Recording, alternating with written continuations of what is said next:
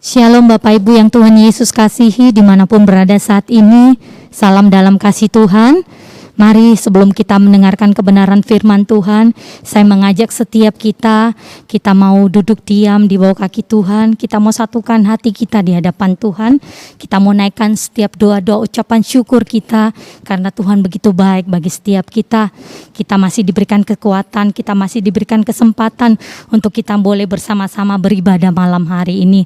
Mari kita satukan hati kita mau berdoa. Bapa, kami mengucap syukur buat malam hari ini, buat kasih setia Tuhan, anugerah Tuhan yang besar, yang melimpah dalam setiap kehidupan kami. Kami bersyukur Tuhan, sepanjang hari Tuhan sudah menyertai setiap langkah kami, sehingga kami boleh menyelesaikan segala sesuatunya. Saat ini Tuhan, kami mau duduk diam mendengarkan kebenaran firman-Mu. Biarlah Tuhan, Engkau berfirman bagi setiap kami. Kami rindu Tuhan, Engkau berbicara bagi setiap kami lewat kebenaran firman-Mu. Sampaikan isi hati-Mu bagi setiap kami. Apapun yang Tuhan kehendaki dalam kehidupan kami, biarlah semuanya itu jadi seturut dengan kehendak-Mu. Jadikan kami pelaku-pelaku firman-Mu Tuhan. Terima kasih Tuhan, terima kasih Roh Kudus. Urapi setiap kami, urapi hamba-Mu ini Tuhan. Pakai setiap kami. Terima kasih Bapak, kami siap mendengarkan kebenaran firman-Mu. Di dalam nama Tuhan Yesus kami berdoa, kami bersyukur. Haleluya. Amin. Puji nama Tuhan. Kita akan sama-sama belajar satu kebenaran firman Tuhan. Tema firman Tuhan saya beri judul, Jangan Lari dari Panggilan Tuhan. Ayat bacaan kita terambil dari Yunus pasal yang pertama, ayat yang pertama sampai ayat yang ketiga. Kita akan baca bersama-sama. Saya akan bacakan buat Bapak Ibu sekalian. Demikian bunyi firman Tuhan. Datanglah firman Tuhan kepada Yunus bin Amitai demikian. Bangunlah, pergilah ke Niniwe, kota yang besar itu, berserulah terhadap mereka, karena kejahatannya telah sampai kepadaku. Tetapi Yunus bersiap untuk melarikan diri ke Tarsis, jauh dari hadapan Tuhan. Ia pergi ke Yafo dan mendapat di sana sebuah kapal yang akan berangkat ke Tarsis. Ia membayar biaya perjalanannya, lalu naik kapal itu untuk berlayar bersama-sama dengan mereka ke Tarsis, jauh dari hadapan Tuhan. Demikian firman Tuhan. Saya percaya setiap kita, orang yang percaya kepada Tuhan, itu dipanggil dengan tujuan yang berbeda-beda. Kita harus tahu apa sih itu panggilan. Karena tidak semua orang itu dipanggil sebagai hamba Tuhan, sebagai pendeta. Mungkin saja Tuhan memanggil kita sebagai pengusaha. Karena panggilan sebagai hamba Tuhan bukan sesuatu hal yang mudah. Karena kita tahu sebagai hamba kita harus melakukan hal-hal yang sesuai dengan kehendak Tuhan. Yang mungkin itu bertentangan dengan keinginan-keinginan daging kita. Segala sesuatunya kita harus tinggalkan. Sebagai seorang pengusaha, mungkin Tuhan memilih kita, memanggil kita supaya kita bisa menjadi saluran berkat bagi orang banyak. Jadi Tuhan memanggil kita itu sesuai dengan kapasitas kita masing-masing. Jadi kita tidak bisa memaksakan diri harus menjadi hamba Tuhan seperti si A, si B, yang mungkin terkenal, yang mungkin dikagumi orang banyak. Kita tidak bisa seperti itu. Atau kita mungkin mau jadi pengusaha yang sukses, yang berhasil. Kita melihat orang tersebut seperti itu, kita juga mau seperti itu. Tidak bisa, karena Tuhan tahu kapasitas kita masing-masing. Kalau kita mampu melakukan segala sesuatunya, maka Tuhan akan percayakan itu dalam setiap kehidupan kita. Yang penting ketika panggilan Tuhan itu datang dalam setiap kehidupan kita, kita harus merespon secara benar dan taat melakukannya. Kalau kita belajar dari kisah Yunus, bagaimana ketika Tuhan memanggil Yunus, tetapi Yunus tidak meresponi panggilan Tuhan. Malahan Yunus melarikan diri ke Tarsis. Padahal Tuhan berkata kepada Yunus, Tuhan berfirman kepada Yunus, bangunlah, pergilah ke Niniwe, kota yang besar itu. Karena kejahatannya sudah sampai kepada Tuhan. Tetapi apa yang Yunus lakukan? Yunus tidak meresponi panggilan Tuhan. Dia melarikan diri ke Tarsis. Tuhan berfirman kepada Yunus, tetapi Yunus tidak melakukan apa yang Tuhan perintahkan. Mungkin kita bertanya, kenapa si Yunus tidak mau ke Niniwe? Kalau kita lihat sejarah daripada kota Niniwe adalah kota yang besar, ibu kota kerajaan Asyur. Dan kota Niniwe itu terkenal dengan kejahatannya. Setiap tawanan perang yang didapat oleh mereka itu diperlakukan seperti binatang. Jadi tidak layak, bukan lagi seperti manusia, seperti binatang. Bahkan perempuan yang hamil itu perutnya itu bisa dibelah dua. Bahkan ada yang dikuliti dan kulitnya itu digantung supaya apa? Supaya untuk menakut-nakuti musuh mereka. Jadi memang kejahatannya sangat-sangat luar biasa. Apakah Yunus takut ke sana? Mungkin bisa jadi karena Yunus secara manusia wajarlah kalau dia merasakan ketakutan seperti itu. Tetapi bisa saja juga Yunus berpikir seperti ini. Biar saja aku tidak usah ke sana. Biar saja Tuhan menurunkan murkanya atas kota Niniwe. Jadi Yunus mungkin marah atas perbuatan daripada bangsa Niniwe tersebut sehingga dia tidak mau ke sana. Dia lebih memilih melarikan diri ke Tarsis daripada mengikuti apa yang Tuhan perintahkan. Jadi kita tahu bahwa melarikan diri bukanlah salah satu jalan keluar dalam memecahkan setiap masalah yang terjadi dalam setiap kehidupan kita. Karena kemanapun kita lari, Tuhan itu pasti mengejar kita. Sama seperti yang dialami oleh Yunus. Tuhan tahu, sekalipun Yunus lari ke Tarsis, Tuhan tahu kemana. Di ayat yang keempat di situ dikatakan, tetapi Tuhan menurunkan angin ribut ke laut, lalu terjadilah badai besar sehingga kapal itu hampir-hampir terpukul. Jadi salah satu cara Tuhan untuk menghadang langkah Yunus ke Tarsis adalah menurunkan badai yang besar. Seperti yang tadi saya katakan bahwa melarikan diri bukanlah jalan keluar. Karena Tuhan kemanapun kita bersembunyi, Tuhan pasti tahu. Kemanapun kita lari, Tuhan pasti tahu. Jadi jangan pernah lari dari panggilan dan tugas yang Tuhan berikan.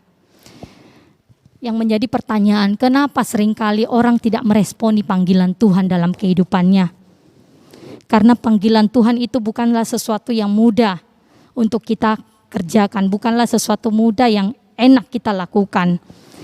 Karena mungkin bisa saja itu bertentangan dengan keinginan-keinginan daging kita. Karena kita sudah merasa ada di zona nyaman, seringkali kita tidak meresponi panggilan Tuhan. Kita tidak mau keluar dari zona nyaman kita. Karena panggilan Tuhan, jujur saja itu tidak enak. Mengikut Tuhan itu bukan sesuatu hal yang mudah.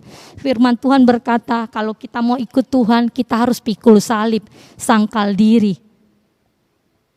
Menyalipkan segala keinginan-keinginan daging kita. Kita harus meninggalkan kehidupan kita yang mungkin kita rasa itu sudah enak. Saya pun pernah mengalami hal seperti ini. Saya tidak pernah menyangka bahwa Tuhan memanggil saya sebagai hambanya. Saya tidak pernah berpikir seperti itu. Tetapi ketika panggilan Tuhan itu datang dalam kehidupan saya, itu sebelum saya menikah. Ada satu hamba Tuhan datang ke tempat saya. Mereka berkata kepada orang tua saya, dari 10 anakmu akan ada 1 yang menjadi hambaku.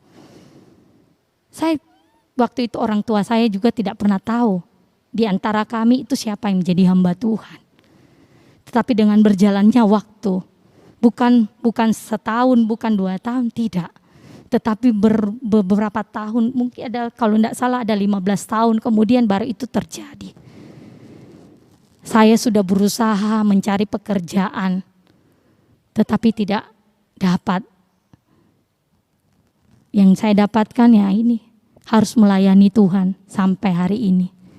Ketika saya melayani Tuhan, saya diingatkan kembali bagaimana ketika Tuhan menyampaikan itu, pesan itu kepada hamba Tuhan ini, bahwa salah satu di antara kami bersaudara, Tuhan pilih sebagai hamba Tuhan. Di situ baru saya mengerti bahwa memang Saya dipilih Tuhan untuk menjadi hambanya. Bukan hal yang enak buat saya. Jadi hamba itu di bawah, bukan di atas. Hamba itu di bawah. Hamba itu kesetnya Tuhan. Jadi apapun yang Tuhan mau ya kita harus nurut apa kata Tuhan. Kita tidak bisa semaunya kita sendiri. Tetapi kita harus mengikuti apa yang maunya Tuhan. Itu hamba Tuhan. Jadi kalau kita merasa bahwa kita ini hamba Tuhan, kita harus hidup seturut dengan apa kata Tuhan. Memang tidak mudah, memang tidak enak. Karena saya sudah alami. Tapi percayalah, ketika kita setia melakukan apa yang Tuhan percayakan, apa yang Tuhan tugaskan dalam setiap kehidupan kita, Tuhan yang akan bertanggung jawab atas hidup kita. Pemeliharaan Tuhan itu sungguh nyata. Saya sudah merasakannya. Sampai hari ini Tuhan memelihara hidup saya. Sampai hari ini berkat Tuhan itu ada dalam kehidupan saya, mengalir seperti air. Jadi Bapak Ibu yang Tuhan Yesus kasihi, kalau panggilan Tuhan itu terjadi dalam kehidupan kita, jangan pernah lari, jangan pernah tinggalkan. Mari responi panggilan Tuhan itu dengan benar, dengan kita taat melakukan apa yang Tuhan perintahkan. Ada akibatnya kalau kita tidak melakukan apa yang Tuhan kehendaki. Kalau kita tidak taat melakukan apa yang Tuhan kehendaki. Kita lihat di ayat yang ke-5, Yunus pasal 1 ayat yang ke-5, awak kapal menjadi takut, masing-masing berteriak kepada Allahnya dan mereka membuang ke dalam laut segala muatan kapal itu untuk meringankannya. Tetapi Yunus telah turun ke dalam ruang kapal yang paling bawah dan berbaring di situ, lalu tertidur dengan nyenyak. Apa akibat ketika kita tidak taat dengan panggilan Tuhan? Yang pertama yang saya catat di sini, kita akan membuat masalah bagi orang-orang yang ada di sekitar kita. Ketika badai itu datang, badai itu menerpa kapal ini. Katakan di firman Tuhan, hampir-hampir terpukul hancur kapal itu. Malahan mereka yang ada di dalam kapal itu membuang muatan kapal itu. Mereka mengira mungkin karena terlalu berat. Akhirnya mereka membuang. Mereka tidak tahu bahwa yang menjadi akar masalah daripada badai ini Yunus. Karena Yunus tidak mau dengar-dengaran dan tidak mau nurut apa kata Tuhan. Jadi mari kita belajar. Kalau kita pun dipanggil Tuhan, jangan kita lari, jangan kita bersembunyi. Karena kemanapun kita bersembunyi, Tuhan pasti menemukan kita. Kita tidak bisa lari dari hadapan Tuhan. Jangan melakukan hal yang seperti yang dilakukan oleh Yunus. Bahkan dia sampai merasa tidak bersalah. Malah dia bisa tidur dengan nyenyak. Terkadang kita pun seperti itu. Kita merasa bukan aku kok yang berdosa, bukan aku kok yang bersalah. Padahal Tuhan itu sementara berurusan dengan kita, bukan berurusan dengan orang-orang di sekitar kita.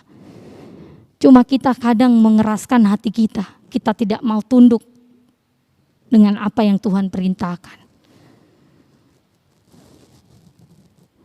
Yang kedua, apa akibat jika kita lari dari panggilan Tuhan?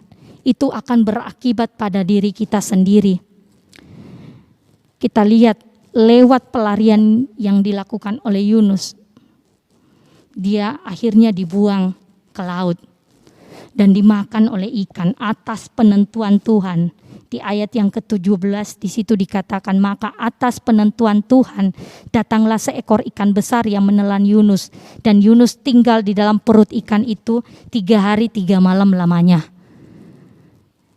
Jadi kalau kita tidak taat kepada Tuhan, itu akibatnya ada terjadi dalam diri kita juga sendiri. Dampaknya itu terjadi dalam diri kita sendiri. Seperti yang dialami oleh Yunus. Yunus dibuang ke laut dan dimakan oleh ikan. Dan dia ada di dalam perut ikan selama 3 hari 3 malam. Mungkin kita berpikir, ikan apa yang menelan Yunus? Kok sampai Yunus tidak mati? Secara logika, secara manusia, kalau orang ada di dalam perut ikan itu pasti sudah mati. Itu pasti ikan itu pasti sudah mencerna apa yang sudah ditelannya. Tetapi kita lihat lewat kisah Yunus ini, Yunus tidak mati. Yunus tetap hidup. Karena apa? Segala sesuatunya itu sudah ditentukan oleh Tuhan. Tuhan sudah atur segala sesuatunya. Tuhan sudah pilih ikan mana yang akan memakan Yunus. Jadi bukan ikan sembarangan. Dulu mungkin kita dengar di sekolah minggu, ikan yang memakan Yunus ikan paus. Bukan. Di sini tidak dikatakan ikan paus. Di sini dikatakan cuma ikan besar. Jadi mungkin ini ikan sudah dipersiapkan oleh Tuhan untuk memakan Yunus. Terkadang lewat masalah itu akan membuat kita sadar bahwa kita ini sudah menyakiti hati Tuhan, bahwa kita sudah lari dari panggilan Tuhan. Karena di ayat yang ke-12 di situ Yunus menyadari.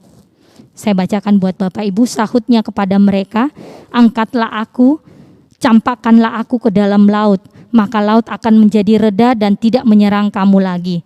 Sebab aku tahu bahwa karena akulah badai besar ini menyerang kamu.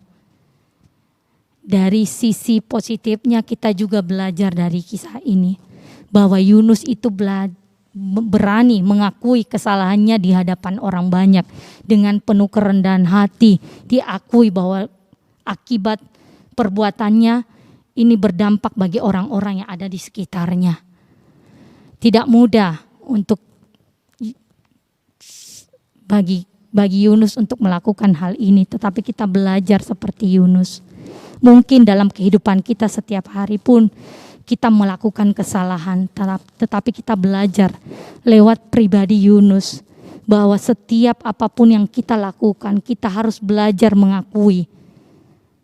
Akui segala perbuatan yang sudah kita lakukan. Akui segala dosa-dosa yang kita lakukan. Kata Bapak Gembala, lebih baik malu 5 menit di hadapan Tuhan daripada seumur hidup kita hidup dalam ketakutan, hidup dalam dosa. Jadi kalau kita akui semua itu di hadapan Tuhan, percayalah Tuhan itu pengasih dan penyayang. Dia mengasihi, dia akan mengampuni setiap kesalahan dan dosa-dosa kita. Tetapi ada konsekuensi akibat kesalahan dosa yang diperbuat. Sama seperti yang dilakukan oleh Yunus. Tuhan sudah mengampuni Yunus. Tetapi Yunus harus menjalani hukuman yang diberikan oleh Tuhan, yaitu dia harus berada dalam perut ikan selama 3 hari 3 malam. Tidak enak rasanya, saya percaya, dalam perut ikan, tidak makan, tidak minum, mungkin oksigen juga susah.